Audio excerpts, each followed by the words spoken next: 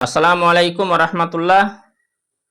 শ্রোতাগণ, মুসলিম হয়ে দুনিয়ায় বাঁচতে হলে কষ্ট পেতেই হবে। ইমানদার হয়ে দুনিয়ায় চলতে গেলে কষ্ট অবশ্যই পেতেই হবে। মনে করলে হবে না যে অষ্টমঙ্গলার জামাই, বিয়ের পরে যে জামাই অষ্টমঙ্গল করতে যায়, যে আদরে, যে স্নেহে, যে ভালোবাসার সাথে থাকে, খায় দায়, ওঠা বসা করে ঘুরে বেড়ায়, যে মুসলিম হয়ে দুনিয়ায় থাকতে গেলে ওরকম আরাম আয়েশ, নিজের আনন্দ ফুর্তি সবসময় থাকবে, এটাও নয়। কারণ আজ থেকে 1450 বছর আগে আপনি খেয়াল করে দেখুন, যেখান থেকে ইসলাম শুরু হয়েছিল তথা আরব থেকে, মক্কা মদিনা থেকে, সেই দিকে একটু খেয়াল করে দেখবেন যে ইসলামকে টিকিয়ে রাখার জন্য কালেমা লা ইলাহা ইল্লাল্লাহ মুহাম্মদ রাসূলুল্লাহ, এই জিনিসটাকে আঁকলে রাখার জন্য, এই জিনিসটাকে নিজের মনে, ব্রেনে, জবানে রাখার জন্য নিজের জীবনটা পর্যন্ত দিতে হয়েছে। তো ইমানদার হয়ে বাঁচতে গেলে অবশ্যই কষ্ট পেতেই হবে, কষ্ট পেতেই হবে।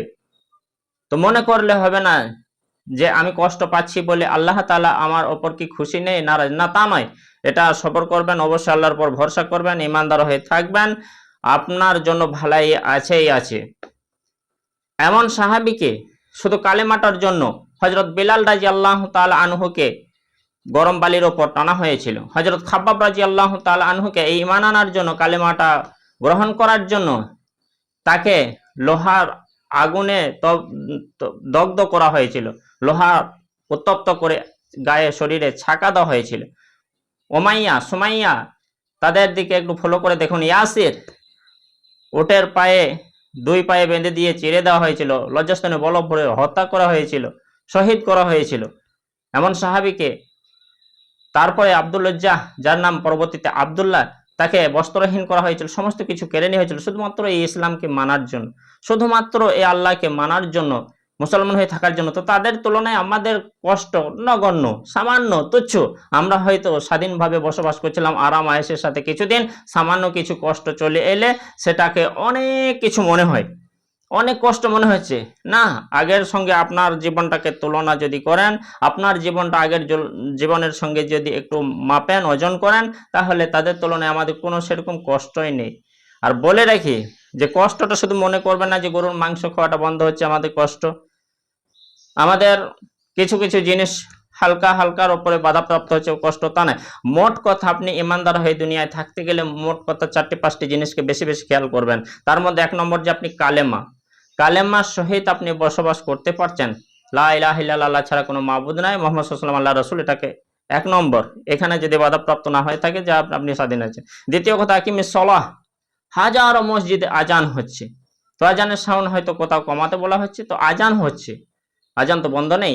তো আজানের ডাকে কি আমি সারাদিন মসজিদে আসছি, আমি কি সালাত আদায় করছি, আমি কি নামাজ পড়ছি, এগুলো খেয়াল করতে হবে। যে নামাজ যদি আমি পড়তে পারি, তাহলে মূল্যবান জিনিস তো আমি ইবাদতটা করতে পারলাম, হাসিল হতে পারলাম, ইমানকে টিকিয়ে রাখতে পারলাম।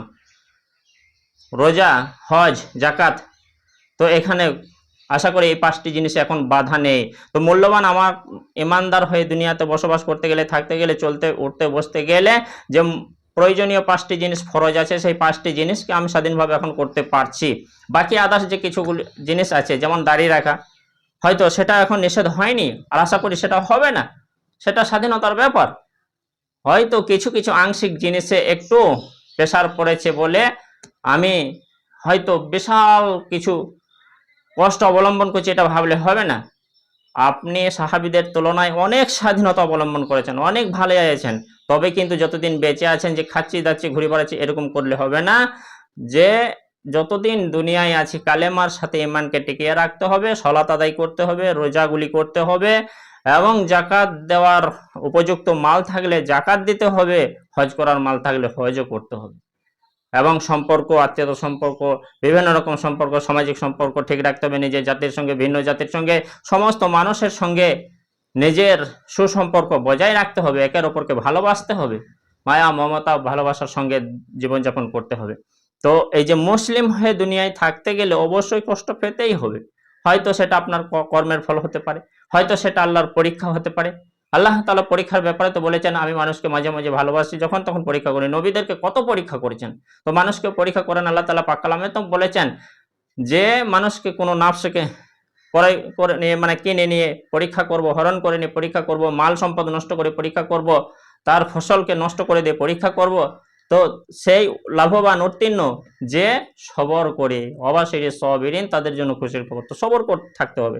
নিজের লাঞ্চকে ফ্রি রাখুন, নিজের কলিজাকে বড় রাখুন, সাহস রাখুন, মনোবল ভাঙবেন না, শির উঁচু করে, মাথা উঁচু করে জীবনযাপন করুন এবং আল্লাহর ওপর তাওয়াক্কাল করে, ভরসা করে, নবীর ওপর বিশ্বাস স্থাপন করে যতদিন বাঁচবেন, শেষ নিঃশ্বাস ত্যাগ করার আগে ইমানটা মজবুত রাখবেন।